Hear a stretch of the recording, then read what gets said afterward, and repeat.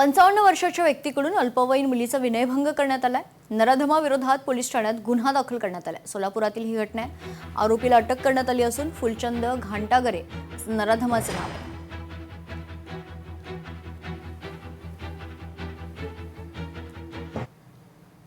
जालन्यात धर्मांतराचं प्रकरण उघडकीस आलंय। मुस्लिम धर्माचा स्वीकार करण्यासाठी तरुणीवर दबाव टाकण्यात आला होता।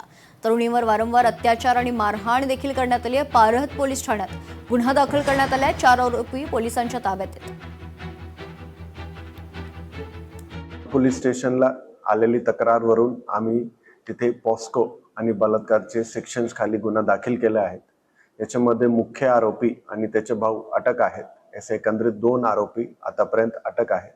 पुढची तपास पार्क पोलीस स्टेशनला चालू आहे। दिलेली तक्रारमध्ये असा उल्लेख आहे की याच्यामध्ये मुस्लिमांनी हिंदू धर्माचा काहीतरी उल्लेख आहे। याच्यामध्ये आम्ही पुढची तपास करत आहोत। वळ्यात पुढच्या आणखी एक महत्त्वाच्या बातमीकडे। पश्चिम बंगालमध्ये भाजपकडून सत्ता स्थापनेसाठी हालचाली सुरू आहेत।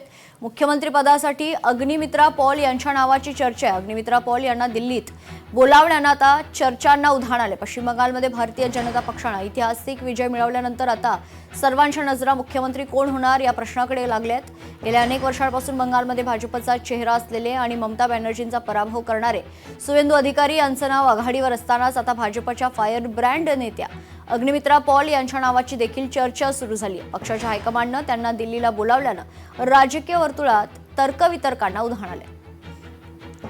तर नेमक्या या अग्निमित्रा पॉल कोण आहेत पाहूयात ग्राफिक्सच्या माध्यमातून। 2019 मध्ये भाजपमध्ये पक्षप्रवेश, महिला मोर्चाचे अध्यक्षपद भूषवले, राज्यभर स्वसंरक्षण कार्यशाळा आयोजित केल्या,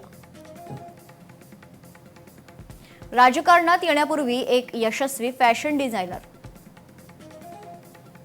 श्रीदेवी, मिथुन चक्रवर्ती यांसारख्या बॉलिवूड सेलिब्रिटींसाठी त्यांनी काम केलंय। लोकशाही मराठी ऐका, पहा, जागरूक रहा।